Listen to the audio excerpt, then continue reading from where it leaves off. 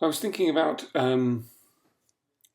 being a writer, about how we think about ourselves and the conflict we're in terms of the confidence it requires to write, self belief, almost the will to power, and the fact that at the same time we're deeply afraid of criticism. And also, I think all of that confidence and self belief is it's very inward feeling. And then if someone is to speak kindly of our writing, um, what do we say?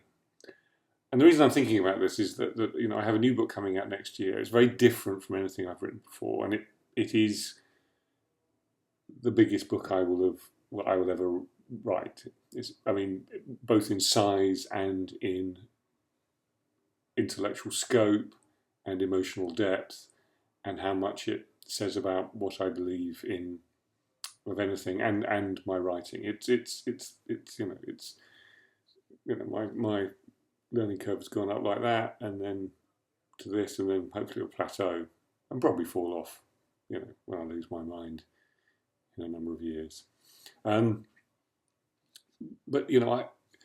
when it was going to a couple of publishers, um, some remarkably nice things were said about it, shall we say? And then I met with my publisher a couple of weeks ago, and some remarkably nice things were said then. And the difficulty there is it's one doesn't want to agree. I because that feels immodest and arrogant. On the other hand, one needs the publisher to believe it is the case, so one doesn't want to kind of dismiss those things that said you want. So it's an odd situation where you're kind of going, yes, thank you, but you really want to be saying, yes, it's true. This is a potentially great work of literature, or indeed a work of genius, as one person said. See, I'm being immodest, but I'm making a claim which needs to be made if my book is to, gain a critical mass that people read it and take it seriously and such like.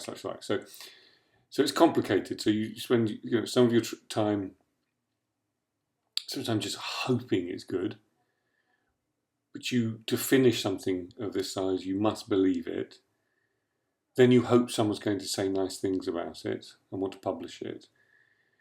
Then you're sort of almost just grateful that they do, but you want them to carry on thinking it's the great work that they want to publish. And then I remembered something that I read, and it's very funny, and I think it's really indicative of the writer of any artist really, but a writer. Now, if you haven't come across them, these are a series of volumes, a series of volumes of interviews from the Paris Review. This is volume 3. There are 4 volumes, I think. There may be a 5th now. I have 3 volumes. I don't think I've ever managed to get the first one. And they have loads of interviews in them, all writers. So this has, and they're sort of collections. They're not just, they're not just contemporary with. So there's not one from the 50s, 60s, and 70s. They're all mixed up. So this one has, Raymond Carver, Ted Hughes, Martin Amis, Norman Mailer, William Carlos Williams, John Cheever, etc. But it's to Martin Amis that we turn, and where is he? Martin Amis 332, and I think this says something quite profound about us as human beings. So so he says here, it's towards the end of the interview. So here, novelists have 2 ways of talking about themselves. one in which they do a very good job of pretending to be reasonably modest individuals with fairly realistic opinions of their own powers and not atrociously ungenerous in their assessment of their contemporaries. The second train of thought is that of an inner egomaniac. Your immediate contemporaries are just blind worms in a ditch, slithering pointlessly around, getting nowhere. You bestride the whole generation with your formidability. The only thing your contemporaries are doing, even the most eminent of them, is devaluing literary eminence. Basically, they're just stinking up the place. You open the book pages and you can't understand why it isn't all about you, or indeed why the whole paper isn't all about you. I think without this kind of feeling, you couldn't operate at all. I think without this kind of feeling, the ego has to be roughly this size.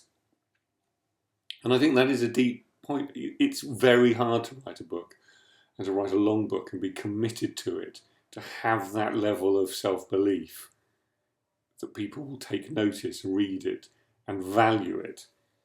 So he goes, I'm not sure it's true, but I was told by a poet friend that even William Golding can come into a literary party at 6:30 and do a good impression of a self-effacing man of letters, but at 9 o'clock the whole room may be brought to silence by his cry of, "I'm a genius." Just give him the bullhorn. They may have their little smiles and demurrals and seem twinkly and manageable characters, but really, is there anything you'd like to add? Yes, I'm a genius, end of interview. There's also the flip side, of course, terrific vulnerability, crying jags, the seeking of the fetal position after a bad review, and all that kind of stuff.